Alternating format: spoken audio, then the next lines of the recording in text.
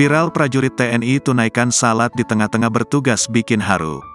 Seorang prajurit TNI yang tidak diketahui identitasnya terekam tengah melakukan ibadah salat saat tengah bertugas.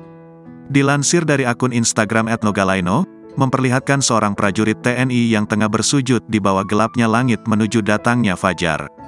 Tekad religius sang prajurit tersebut membuktikan betapa besar keimanannya meski berada di manapun lokasinya. Dengan masih menggunakan seragam dinas TNI, prajurit tersebut tampak bersujud dengan peralatan seadanya. Prajurit tersebut terlihat berada di sebuah tanah lapang yang luas dengan pencahayaan yang sangat minim.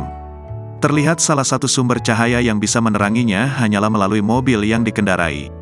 Aksi prajurit TNI tersebut mendapatkan banyak respons positif dari warganet yang membanjiri kolom komentar.